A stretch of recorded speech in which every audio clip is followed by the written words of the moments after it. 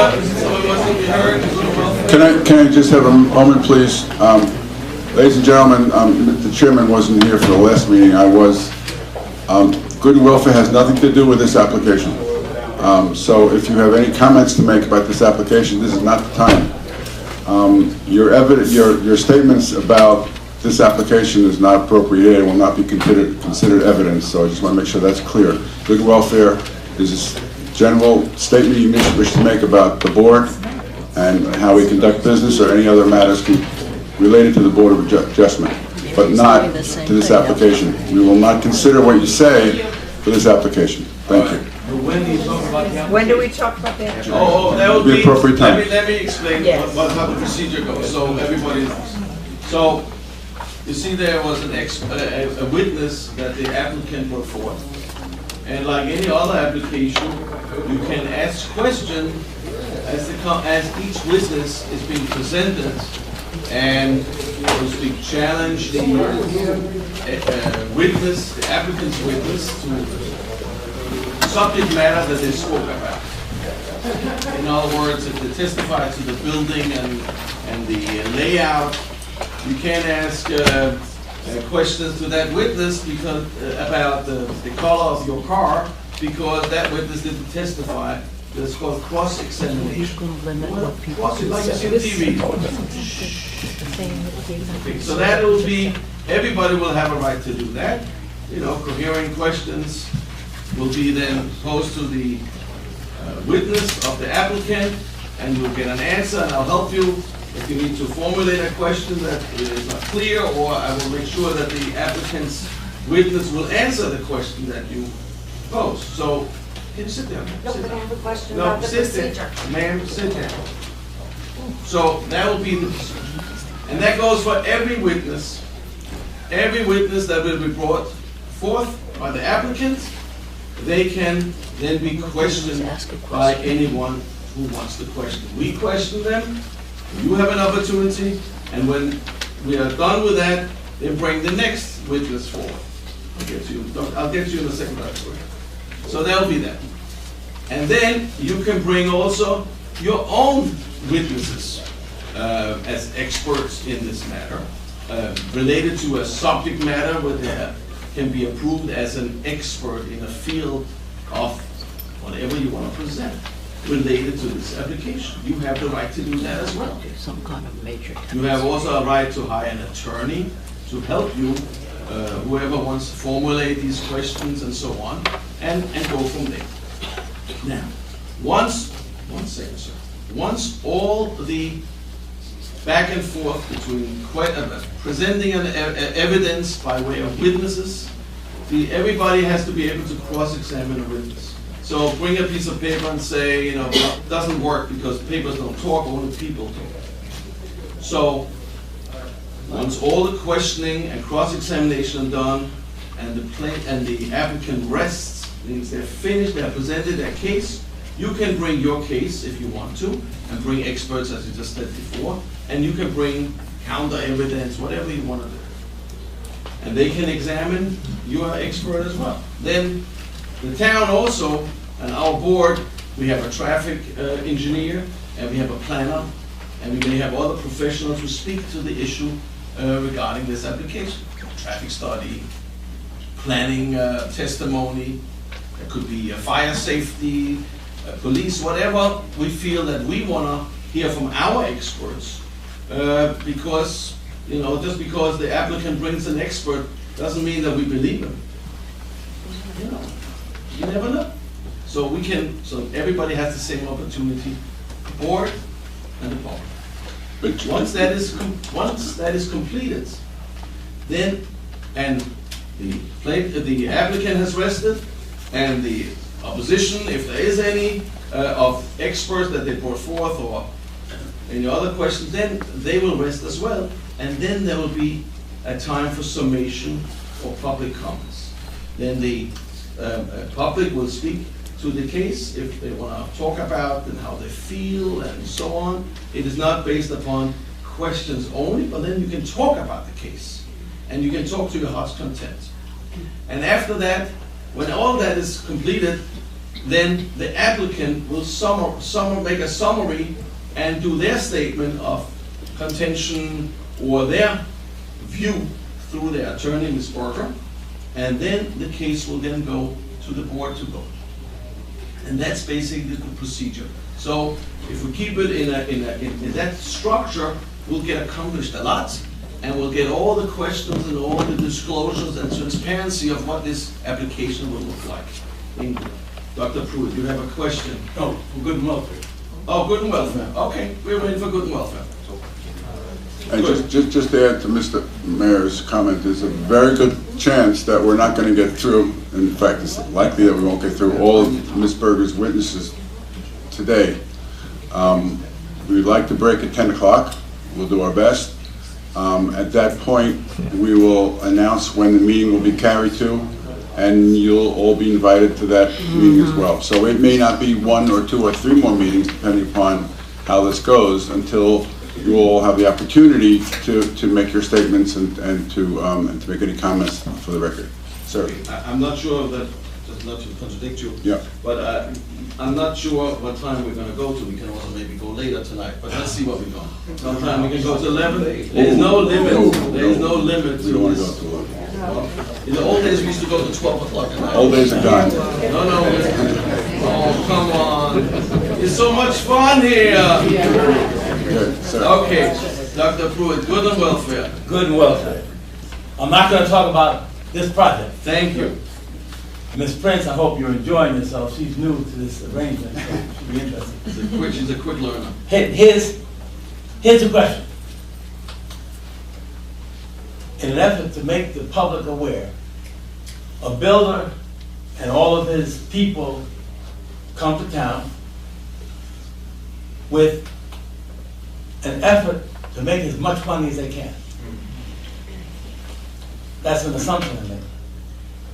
This zoning board, armed with the master plan, the ordinances, and all that stuff, has the obligation to protect the town from an aggressive builder. I just hope that this group keeps that in mind when they look at applicants that have so many variance requests. Thank you. Thank you, Doctor. Thank you, Doctor. Like I said, gentleman over there that I think we've heard from before.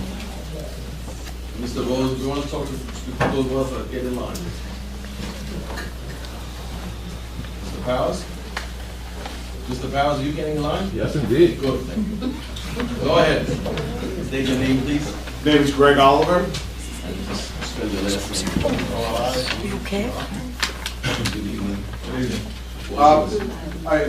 But please try to refrain from this application. Anything else?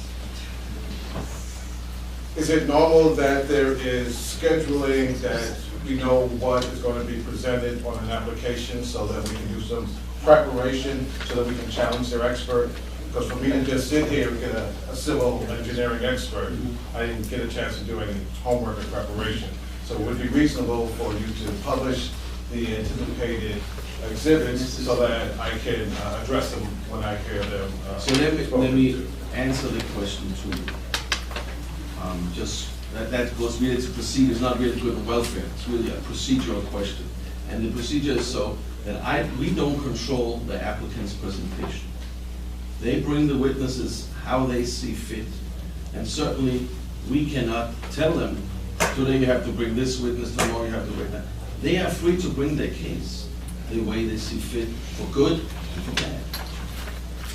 So you have to assume that when you come here and you want to prepare yourself for something, that what kind of experts do they need, and what kind of, they need building, they need their traffic, they need their planning, all the same fields that is in every application of this nature. The same kind of proof that they have to show, and the same kind of field of expertise that they're going to bring to the forefront, to the bar over here. So that's incumbent upon me to understand the entire scope of the project to be able to reasonably challenge their experts. Yeah, But you do have a good hint, though, because all the plans are on file. Right. So if you did want to challenge for example, you wanted to focus on engineering, these are all available for you to look at. They're probably available for you to obtain. And then you could you know that there's going to be an architect, an expert, and a traffic, depending whatever order they're presented. But all this stuff is ready for you to look at any day, any time.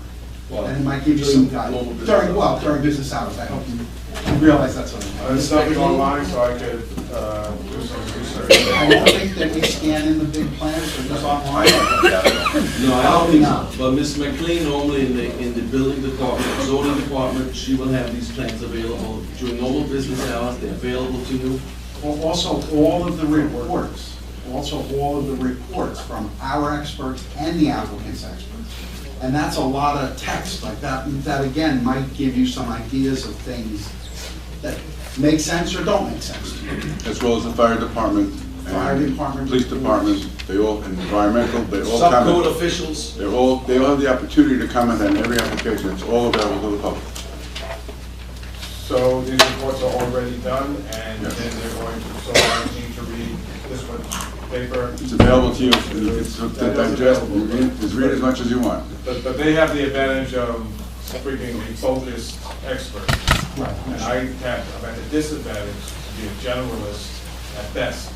Well, no, you can bring these report copies, if you request copies, you can bring them to a planner or bring them to an engineer. This is the best the system is, and all I'm suggesting is, you may not know the order or know what she's gonna present, but you would know everything that she could present. And Right. that's all. Challenge, really, right? Yeah, I understand, that's all that there is. The plans have to be posted, and I hope you come look at them, and a lot of people do. Isn't the agenda posted though? The agenda, but the gentleman, Mr. Oliver, wants to know which expert, which witness is which night, and that, We don't even know. So it could have been, tonight could have been safety, or Absolutely. environmental, or, We don't even know who they're bringing. All Or we're- who has a scheduling conflict, or who's somewhere else and is gonna try to get here. We don't even. But this is the second meeting. At the first meeting, as Ms. Berger had stated, we already had presentations by the architect and The traffic engineer. traffic engineer. Both of them completed their testimony. They've already testified at the previous meeting. so that's done. right, but I can review what has happened. Yeah, you can And I can maybe catch up, however, Sure. and I can check that off the list to say that we've already done this, and we've already done that. Exactly. And I did hear you say that, will we be able to challenge their experts again at the end of this? Questions? Well, At the end of the proceeding, will we be able to challenge the experts? no, that's not how it goes. Let me explain that. Each expert that the applicant brings will have like now we're middle of testimony of this, where is he? He's hiding. He's hiding. Okay, I thought he left for the night, then he's in trouble. So, he's middle of testimony, and when Ms. Berger is finished with presenting their side of the story, their case, anyone can challenge, until everybody's done with challenging or asking legitimate cross-examination questions. And they then will maybe redirect examination of this witness. Once that is all completed, the witness is done. Okay, so I can't recall the witness. Then you can recall the witness, generally not. I understand. Unless you have an expert that comes in and reads the transcript and wants to do something, maybe we then decide, okay, bring him back. Okay, so. But it is not necessarily that we'll make that decision to bring the expert back. Once the expert is completed, otherwise we can go until Christmas morning and do the same thing back and forth, and there has to be a completion and finality in a testimony. Because otherwise we don't know what the testimony is anymore. And that's how the procedure is, just like you see on television. Court. It's a quasi-court. I understand that, but that means I have to bring an entire contingent that exceeds the size that she has to bring. Well, if you're gonna hire, To be sure to challenge whatever expert they have on that hearing. technically, yes. Unless maybe you have an ability to communicate with Ms. Berger, and she want to tell you that on Thursday night, in May, whatever date we have, that she's only gonna bring in her, I don't know, expert one and expert two If you communicate that with her and she will tell you that, then you have that opportunity to only bring expert one, expert two, in the field of expert one and expert two. That's normally customary? No. No. It is not customary. I mean, it's customary if you communicate and you have a good relationship, then she will share that with you. Your planner might know her planner, might work out a schedule. But they're not required. They're not required. So, and generally, if you try to help a fellow citizen to understand, so please don't fall. Do you understand the answer? What? I understand the challenge. Yeah, it's a challenge. Listen, these people are professionals. So you are free to hire an attorney who's a professional, or and he will, maybe, or she will give you the tools or the advice what to do. That's maybe also a possibility. I can only talk to him tomorrow. That's the challenge. Or her. Okay, thank you. All right, so nice to see you, Mr. Howard. Mr. Rose. Howard Rose, again, I'm not speaking as a planning board nor as a Board of Education member, but as a resident of Teaneck. I want to talk to you in terms of master plan development. And development is a very big and contentious issue in Teaneck at this point in time, and appropriately so, because it affects people directly. Regarding the master plan, I posed a question to the council already and did not get an answer. And it's a question I have posed to you, and I will probably pose to the planning board as well. I'd like an answer from each one of you. How many of you have read the master plan? The master plan is the most common document in this township about who we are, what we are, and where we want to go. And it's a flexible document because it does change over time as it's reviewed, reevaluated, and changed. With that in mind, not only do I want to know if you've read it or not, if you've read it, I'm wondering why questions aren't posed all the time regarding it, because reading it doesn't mean we understand it. I not only read it, I helped formulate it in part in terms of a revision. And I have to go back to it and say, what the heck are we talking about? What do we really mean? Oh, I want to digress just for a moment and compliment Adam. His interaction with the microphone was probably as Gordian knot.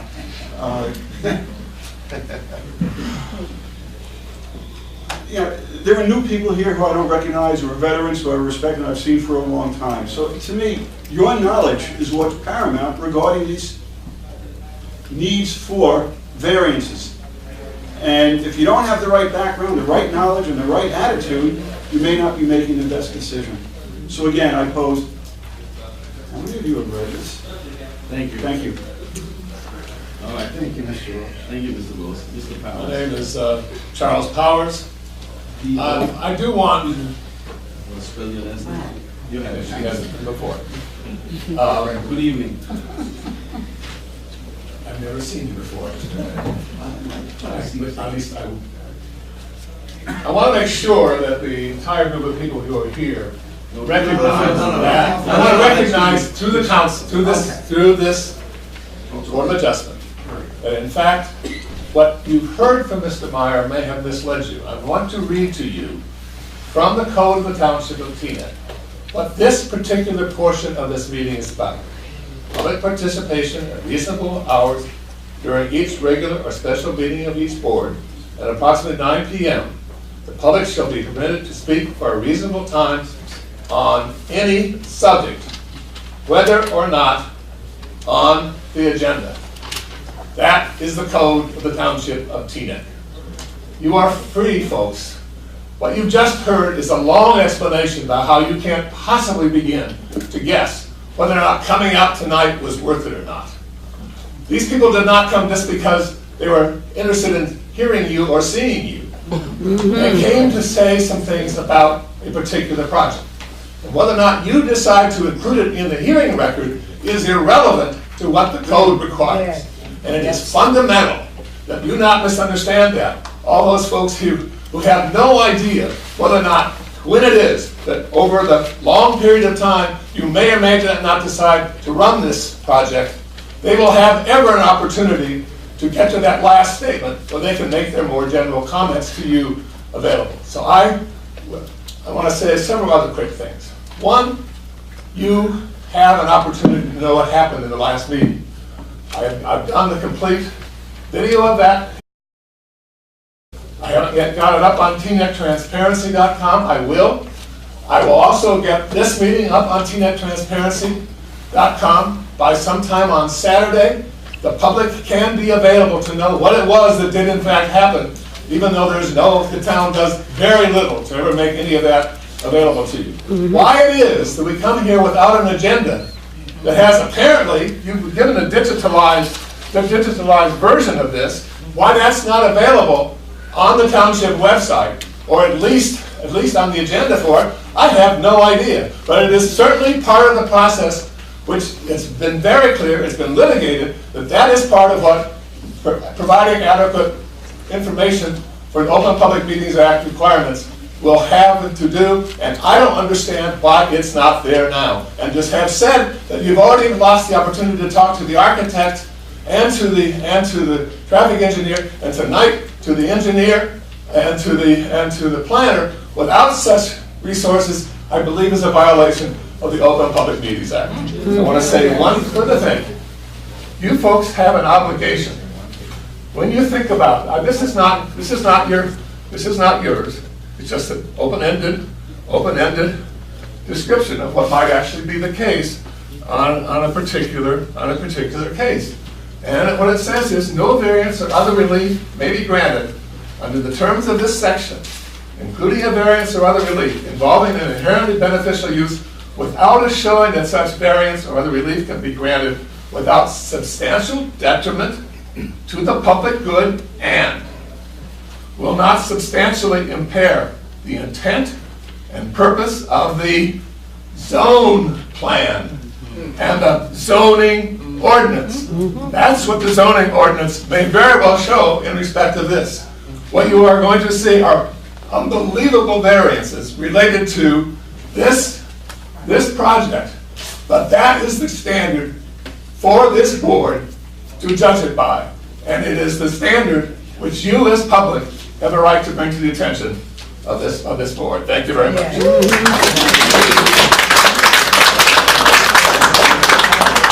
Sorry, please. Go ahead. My name is Paula Rogovin. I'm a resident of Teaneck. R-O-G-O-V-I-N.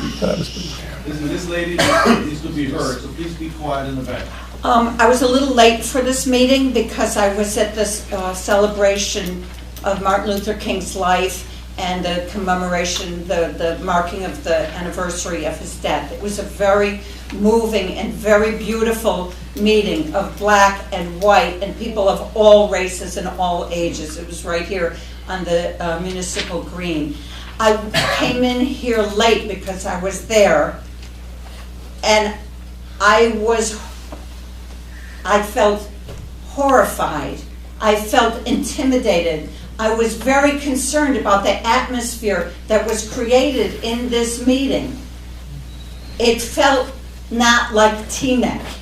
It was very worrisome to me. When people clapped, which is kind of a normal thing we do, maybe you don't want it in this meeting, and there's a way to tell us that, but to suggest that this is not a revival meeting. I cringed. I know I wasn't the only one who cringed, but many of us felt really, really, really uncomfortable. We're worried about this project, whatever you don't want me to talk about State Street, but we're worried about Teaneck. We're worried about the size of buildings. I'm worried in particular about wood buildings because I'm involved with the oil train situation, and that's a couple blocks from that building. We have really serious concerns about traffic, about number of kids in the schools, and so on. And to walk into a meeting where we feel intimidated is not a good way to start. So I plead with you, Mr. Chairman, and I plead with people from the builder, please help create a good environment, a healthy, a Teaneck environment. Nothing but that.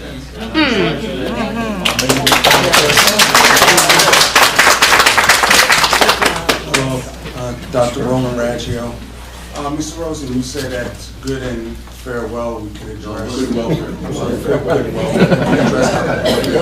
good and welfare. One of the quiet places. The court reporter cannot hear you. You're gonna speak up, please, because otherwise you can't focus. I would like to piggyback on to what the last resident said. I was very concerned when people were clapping that Mr. Medeo said this is not viable. It's actually a very poor play on very old ethnic stereotypes. Yes. And Yes, it is. It is. Yes, it is. At least let the gentleman speak, please. It's inappropriate and there's no place. And what it does, it kind of creates a hostile environment where it makes people feel uncomfortable about speaking. So that's what I want to say regarding Mr. Medeo. Mr. Meyer, no, you may not. Now, Mr. Meyer, where you're concerned, when I came up and spoke, people started clapping and you told them not to clap. Yet when Mr. Brown spoke, you said, let me give you an applause, and you started clapping. And what you're doing, you have one set of standards for the residents in the town, you have another one for yourself. That's very, very clear. And then during the meeting, you're whistling. Meetings should be done better than this. The residents of the town deserve better than this, and I have an expectation that it would be better than this. Thank you.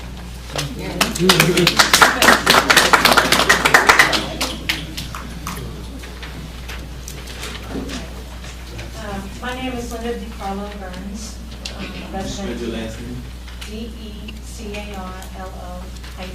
DeCarlo-BURNS. So, the main concern in the northeast section of town right now is that a lot of the high-density development that's happening is happening because of variance granted.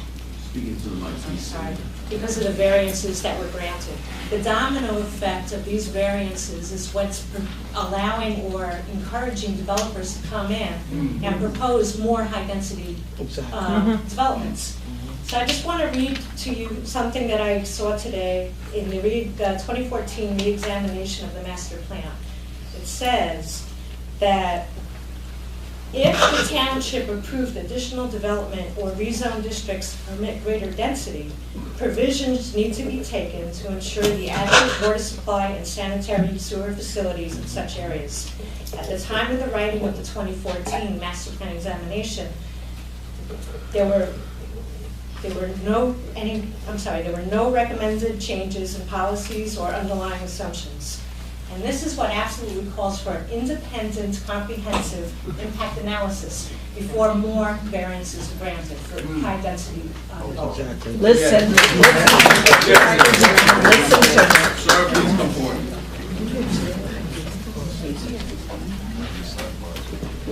First of all, James Veach, I spoke before.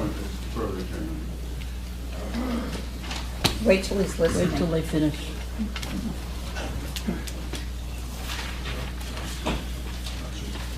Go ahead. Thank you. Just read your name. James Veach, V-E-A-C-H. First of all, I think Dr. Powers is absolutely right in his reference to the municipal code, unless we're missing something here. Subdivision 4 of section 2-110 says that public participation includes the right to speak for a reasonable time on any subject. So if we're missing something, or if they've rewritten the code, let me know. Now I want to talk a little bit about the master plan. As I understand it, our section on regulations and building development rules in the code, if you look at it, it starts with the master plan.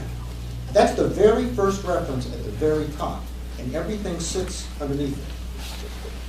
I want to read to you from the goals of the 2007 master plan. Number 16, the last one.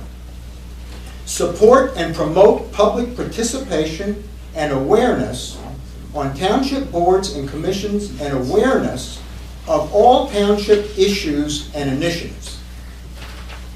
Promote public participation. Do you think you're doing that? No. If this were a trial, and you know this, Mr. Meyer, if we were doing this trial in federal court, both sides would know every witness. Both sides would have the expert reports. Those expert reports would have been challenged. There would have been a Daubert hearing. We'd know every witness and the order in which they were going to appear. And both sides would come to court with full knowledge, and no judge would go forward unless that were true. But here, these people have to play catch-up all the time. Now, Ms. Berger does work for a lot of big people like Mr. Sanzari. She knows this process. She knows it inside and out. And she also knows it's lopsided in her favor. I think it's incumbent on you to slow this thing down and let these people participate and give them the reports in advance. And if they're not online, have the town put them online. And let people know who's going to be here next week in one order. What's he going to talk about? And let us know well in advance so we can come here prepared for this.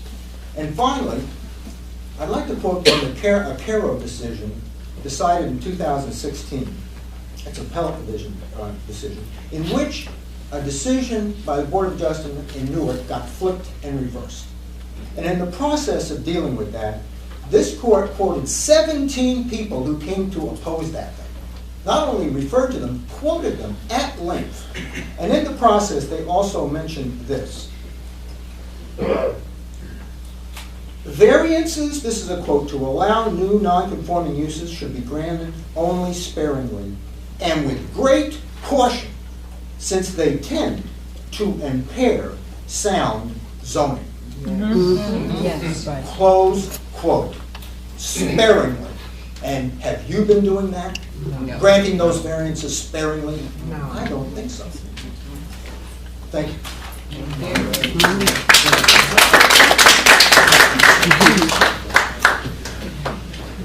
My name is Lonnie Cohen, that's C-O-H-E-N, and I'm coming to speak to the board, Mr. Meyer, Mr. Meyer, Mr. Mandario. Well, first of all, I'd like to say I think.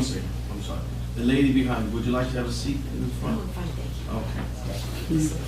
All right. Go ahead, sir. I'd just like to say I'm an expert resident. I've been in this town for 28 years. Okay, so I may not have the expertise of the builder, but I have expertise of Teaneck. As a matter of fact, I'm right around the corner from where this proposed building is going up. And first of all, the traffic already is just is ridiculous. From now to 28 years ago, it's ridiculous.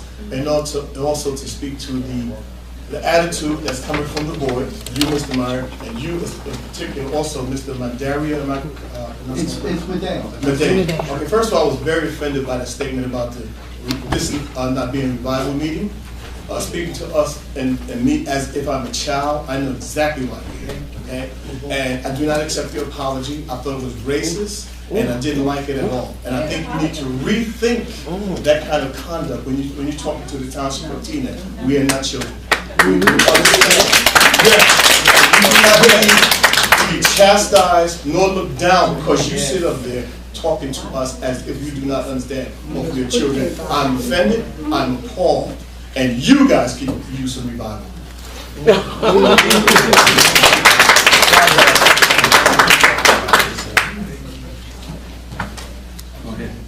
Good evening. My name is Deborah Eliyahu, E-L-I-Y-A-H-U. Deborah, D-E-B-O-R-A-H. I'm a Teaneck resident for 23 years. I'm not an engineer.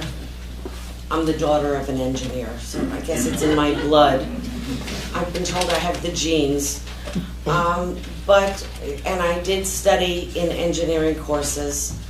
But I feel that this system is, in essence, kind of stacked against us as residents of the town in terms of procedure. Because if we have opposition that's based on our understanding of certain aspects, I can come here and I can say, for example, how I have experience in certain things based on my X number of years of living in certain conditions in the city or here, etc. And I can go and hire an attorney or an expert. Well, I don't have that I don't have the financial means to do so. A builder or a developer may have the tens of thousands of dollars to go do so. I don't have that ability. So I come here and I'd like to give of my experience to the board to be able to use that. I don't think it's invalid. I think that I do have information and experience that might be able to influence the board. And I'd like to be able to do that, but I can't hire experts. I normally, I don't want to comment on good and welfare, but you can influence the board. And that's where you can maybe try to ask questions of the expert when the expert is up, and also at the end of the case, when we hear all the testimony of everything, just like you will have heard the testimony, you can influence the board by making a coherent or an argument or a statement that hopefully will make sense to us, and that way you will influence the board. Just because, let me explain something, just because they're experts or they have a professional license, doesn't mean we believe them. Okay? I know, it just... Or agree with them, for that matter, Mr. Moses is right, doesn't mean they agree with them. You know, before, and I can maybe talk to that issue because I'm not on that application anymore. I thought it was ridiculous with the expert, even though they were a planner or whatever. In my opinion, that was malarkey, okay? It was ridiculous. So, you know, just because they say something doesn't mean that we who make a decision, and sometimes not an easy decision, to grant something or deny something. Doesn't mean that we have to believe. Isn't this good and welfare? This is good and I'm just trying to explain to you the procedures. You're really talking about procedure more than good and welfare. You Well, I'm understand what I'm talking, saying? well, in the good and welfare part, because I wasn't allowed to speak to what I wanted to speak to. But it will come later. You will have your opportunity. But I just wanted to say it's very important. Also, maybe, I don't know how many times you've been at a Board of Adjustment meeting. I'm gonna start coming each and every time. Good. Yeah. You're welcome. Most of the time, nobody's here. Well, That's because a lot of us ask work. how many council meetings I've been to now. I can Work go for to a living. everyone. We love to have a party. Okay, Next person. thank you. Sherelle Hanley, C-H-A-R-E-L-L-E, Hanley, H-A-N-L-E-Y. I live on State Street in Teaneck, and for that reason, I am an expert on parking, or therefore not being able to park on State Street in Teaneck. Already, I can't imagine what's going to happen. We have this huge building on Teaneck Road, right off of State Street. We have the other building on Queen Anne, right off of State Street. Now we have this bombast of a thing coming in. Mr. Chairman, I'm going to object. Don't object. There's no ability to cross-examine. Yeah, that's okay. No. It's my welfare. Excuse me. One second.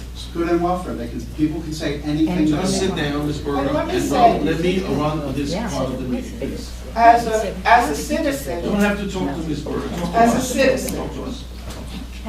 you talk about the people who are hired, who are professionals, but they're hired by people who have a certain goal in mind. Of course. That's why Right? we take it with a grain of salt sometimes. Right, so, I'm familiar with 100 State Street.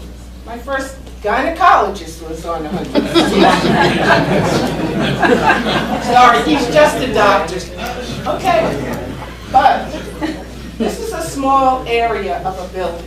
I know you're going to plow down the trees and it's all going to be nice and big. It's not a big enough property for 64 units. 68. 68. Oh, my. So, where they're going to park is in my neighborhood. And right now, if I come in after 9 o'clock, I don't know where I'm going to park on State Street.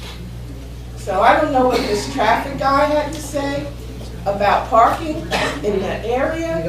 I would have loved to have heard that, and I'm really sorry I missed him or her. Well, I'm sure that you can get a copy of the transcript. I'm going to have to look at that.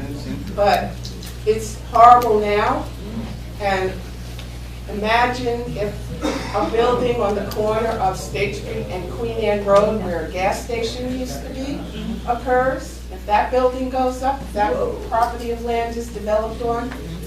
There's also talk of another piece of property on State Street across Queen Anne Road going west. there's another building that's thinking about going.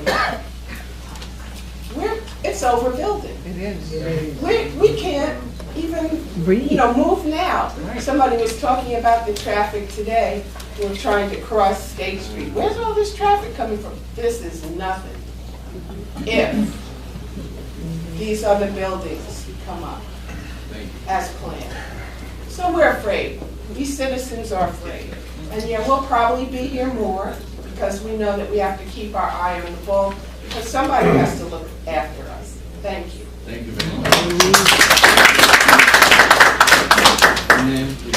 Hello, my name is Beverly Garvin, and Garvin.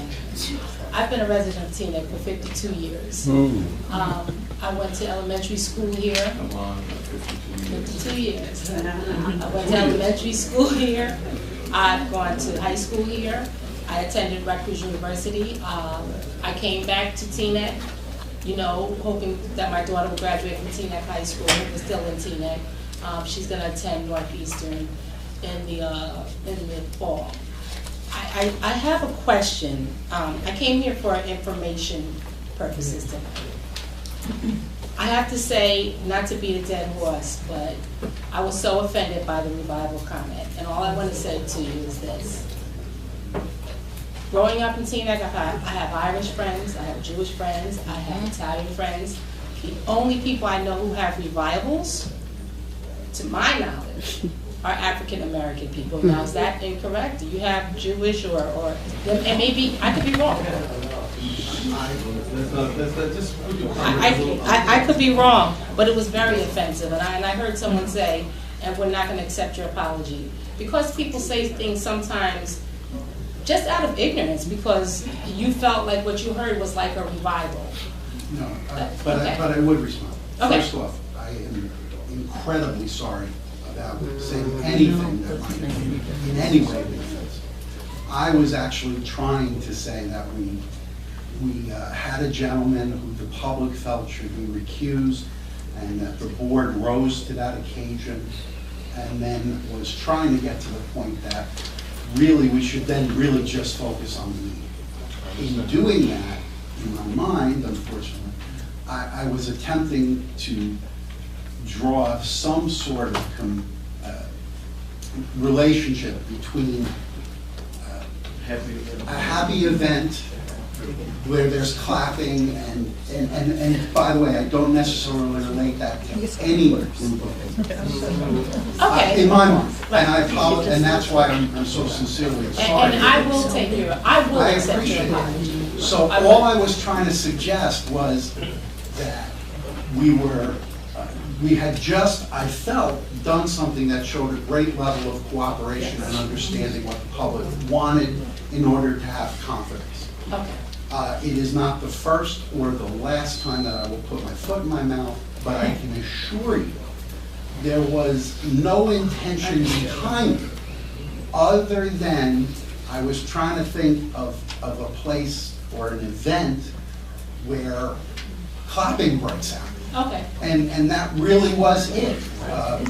I would have offered any number. I could have said anything else. Okay. And none of it would have been intended offensively. And I am, again, for those of you who don't know me, I am, there's no part of me that relates that in any way to the people of this community. I just felt like I had to have the conversation because obviously you didn't understand what you said when you said it. But I absolutely appreciate that you brought it up, and all I can suggest to you is how unbelievably sorry and embarrassed I am at having created a circumstance that makes, gives some people concern about either my professionalism or who I am. Thank you so much. I appreciate it. I would say that to anyone who was offended individually, I will say it in mass to the group. I sit up at these boards, I have 6 boards now, and I sit them every night of the week. It is probably the only truly stupid thing I've said in a very, very long time. And it was completely unfair. Thank you. All right. Thank you for your time. Yes, ma'am. Teresa Edwards. I'll spell the first and the last name. T-H-E-R-I-S-E, Edwards, E-D-W-A-R-D-S. I knew you. I just want to say, you get these applications, and I know you review them, and you look at them, and you listen to the experts, but I get a feeling that you review them in isolation.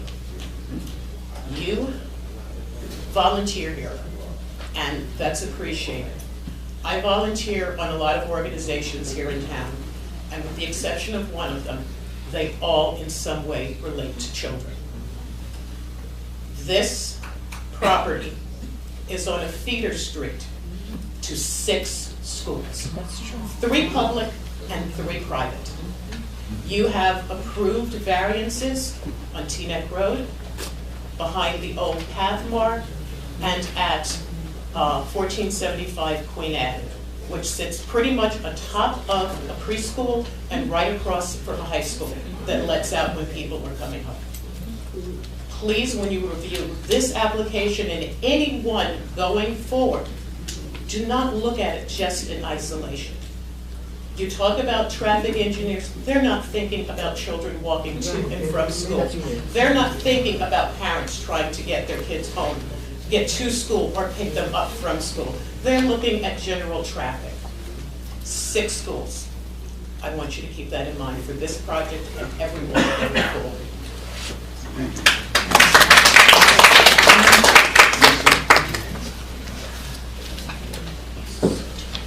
There's a race here.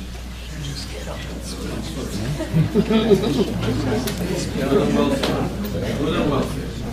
Steve Savitz, S-A-V as in voice, I-T-Z.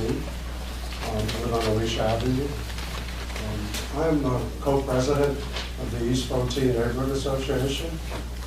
We were active about 10 years ago and we fell into the wind, and about 2.5 years ago we decided to regroup. And the main purpose for regrouping was our concern about the increased number of apartment buildings being built, primarily in the Northeast. As of now, there's either 625 or about 700 apartment units in the works, already approved and being built. Having spent, myself and several members, we've spent the past 2 years attending almost every council meeting, asking for information, analysis as to how does all these development projects fit together. How do you analyze traffic? How do you analyze what's the impact on schools? And what we've been told is that each building is approved. Each building has to submit information, data on sewerage, traffic, parking. But we were told that there is no analysis. There is no data. I'm sorry? The phone. You want to take this gentleman seriously? And go ahead. So what we were told at a council meeting run by the town manager was that there was no integrated analysis on how all these buildings, given that they're located primarily in the Northeast, I'm including the Avalon Bay building as part of that, how do these buildings impact our quality of life? So from my perspective, I think those are beautiful drawings. I was an engineer, I was a college teacher, and I have no way of arguing over whether 1 foot or 2 foot, whether there's 18 cars or 24 cars. The way most of us feel, and I can't speak for everybody, I wouldn't have to worry about 25 or 100 cars if there was no building there.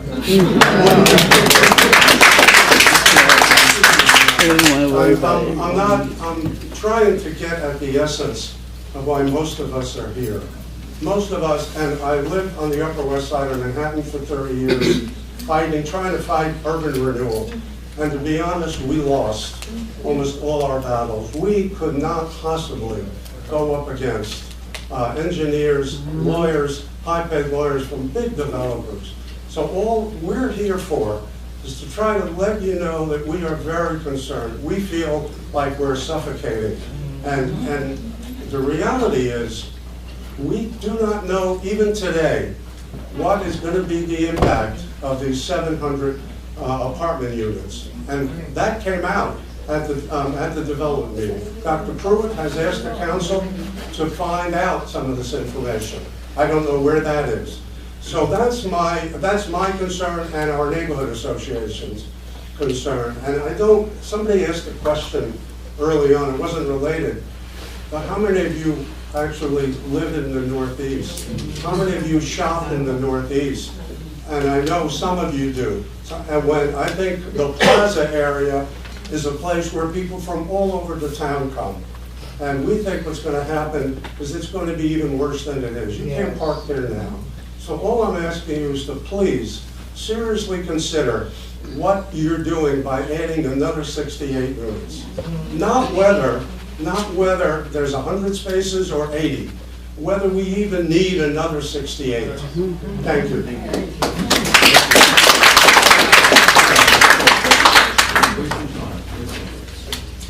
Good evening. My name is Gloria Wilson. Good evening. With one L.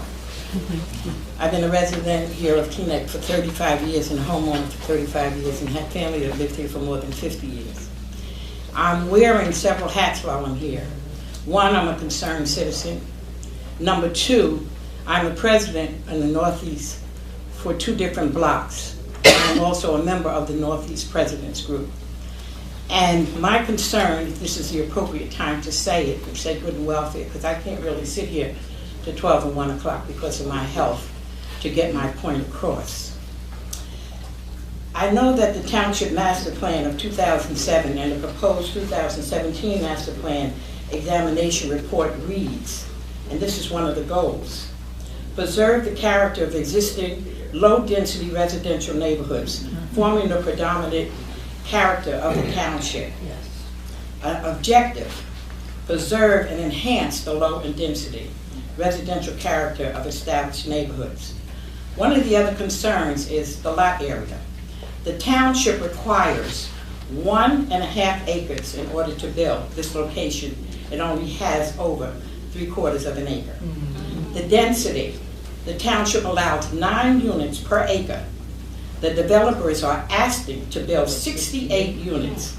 There isn't even 1 acre for the required 9 units. The building height, the township permits a maximum height of 35 feet. The developers want to be more than twice the height, 86.3 feet. I am asking you, and asking you to look at the concern. The Northeast Teaneck Block Presidents Association is requesting that you vote no on the majority of the variances that are requested by the developer for 100 State Street. Our Northeast section is predominantly single-family homes, which we want to preserve. And as was asked here to you before, come into the Northeast on that side. When you're looking for housing, people take you to certain areas and they look at where they want to put you. Well, if we're in the Northeast, we want to preserve it. We want to live just as well as anybody else on the other side of Teaneck.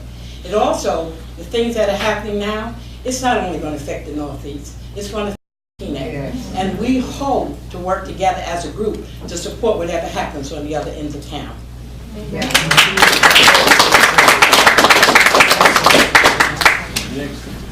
Alan Sohn, S-O-H-N, Teaneck resident. It's been referenced. Good evening, how are you, Mr. Martin? It's been referenced, Dr. Powers referred to it, Mr. Veach quoted a good part of it, but section 2110 of the Township Code, provisions applicable to the Planning Board and Zoning Board of Adjustment, states in subsection I, paragraph 4, the public shall be permitted to speak for a reasonable time on any subject, which is where Mr. Veach stopped, and it continues whether on or not on the agenda. That's a remarkably inclusive statement, and I think it's pretty clear that residents should be and are able, again, I applaud Ms. Wilson for speaking to the matter on the agenda. I was not at that part of the meeting. I was at part of the meeting held at the library on March 7th, and Mr. Medeo, and this was brought to me secondhand, indicated that he serves on 6 boards. You mentioned it again this evening. And apparently Mr. Medeo said that there are more zoning applications in Teaneck than in all of the other combined. That's not what I said. That's not what I said. Okay. What my reference, just so you understand, we had heard 2 or 3 applications for people who had completed a house and then had to come back because they made a mistake or they needed a variance after the fact. I made a note that seems very odd to me that there's so many times that builders come back having made an error, or there's a question with the survey. That was what I said. Yeah, it's a huge difference. And my only concern was, why is this happening? Why uniquely, or do we seem to have a lot of these kinds of issues? Mr. Beach quoted Caro, the Caro decision, which does mention that, again, variances should be used sparingly. They should be more the exception rather than the rule. And it appears that what we are doing in Teaneck, rather than changing the master plan, is effectively zoning by variance. Other sections of the objectives and goals of the master plan were quoted, but I think it's incredibly important to speak about Objective 10. That the goal is to promote building and site improvements that have reasonable limitations on size, bulk, and site disturbance in relationship to the existing fabric of the community. And I think that some of the applications that have been before this board are not just tweaks. They're not just minor adjustments. These are not a 0.1 or a foot or a few inches. These are blowing through the limitations and the reasonable limitations that are set in our zoning ordinance and our master plan. The master plan concludes the introduction with an unbelievably insightful statement. The overarching goal of the master plan is to move forward while respecting and recognizing that all change is not bad and all growth is not good. And that requires a level of wisdom on your part to look at this and other applications and to say, will this change the fabric of the community? Is this consistent with our master plan, land use, or zoning ordinance? And I hope that you will look at that with the appropriate insight, without any undue influence, without any other considerations, but look at this for the benefit of this community. Thank you very much. All right. Can I make one point? I'm sorry. Around Hamley again. Living on State Street, we can hardly park. Why?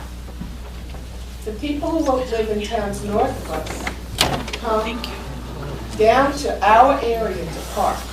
In the morning, those spots are filled from 7 in the morning until these people commute back to their neighborhoods until 8 at night. I can't imagine. Right now, there's 15, 20 people online to catch a 167 Express or 168 Express into New York City. People are standing now from the northern part of Teaneck all the way down to Route 80 to get on the turnpike, to get to DuBois Avenue. This building on Teaneck Road that's going up now is going to blow that out of the water. People are going to be coming from that building to get on in front of Walgreens. They're going to have 50 people waiting on that stop. This is really getting ridiculous. It's out of hand already. And I can't imagine what's going to happen on State Street with this, excuse me, bombast of a building. It's not going to be healthy. It's already not healthy. Thank you. Thank you. Okay. All right, we're going to close Good&Welfare. No. Not quite yet. Joshua Spears, S-P-E-A-R-S. I am a 50-year resident of this township. That's not bad. Thank you. As well as my friend Ms. Cox here. She's 52. Yeah, I know. She's been here just a little longer than I have. Yeah, explain that one. On my way in here, I was speaking to a gentleman out in the lobby before I came in to the chambers. And it occurs to me as I'm thinking about lack of foresight that goes into planning on a number of projects. The latest one was the Sportsplex in Voltee Park, where you spend millions of dollars to build athletic fields that have no source of running water, no bathrooms, no protection from the elements for athletes if there's thunder and lightning. Then I can go back to the sham that was sold to the public of Teaneck with the construction of Marriott, where the township was promised this huge tax relief because of that construction. And then the fire department, because of the lack of foresight of the council and planning board, zoning board at that point in time. No, I know you weren't there then. I'm just saying, the lack of foresight. Had nothing to do with all that. The lack of foresight with that led to the fire department needing a much larger ladder truck in order to fight a high-rise fire, because the only place they had them, Fort Lee and Hackensack. You spent over $500,000 on a fire engine, a ladder truck, to find out it wouldn't even fit in the largest firehouse you have in the town. So accommodate that fire truck. We have in the town. We have. Okay, then we have in the town. It is our town. It is our town. Then, to house the truck, you have to build a new firehouse. House number 4, DeGraw Avenue and Teaneck Road. Speak to the council. That council, the members of that council probably dead, most of them at this point. My issue is have enough foresight going forward, looking at these projects, that we don't have this kind of nonsense going on continually in this town. The people that are here predominantly are neighbors of mine. I live 3 blocks from where this is proposed to be built, almost directly across from it, if I look out my back window. The people do not want this. Thank you.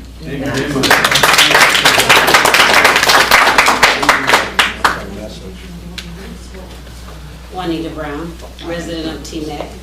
Hi.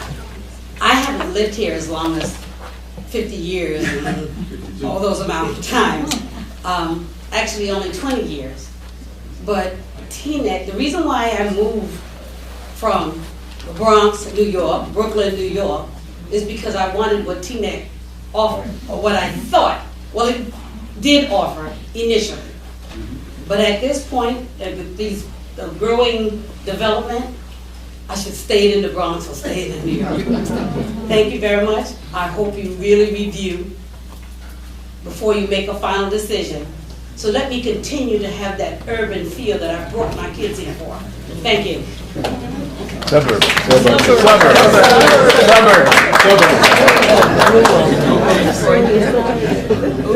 Good Welfare is closed. We'll go back to the agenda. Please continue.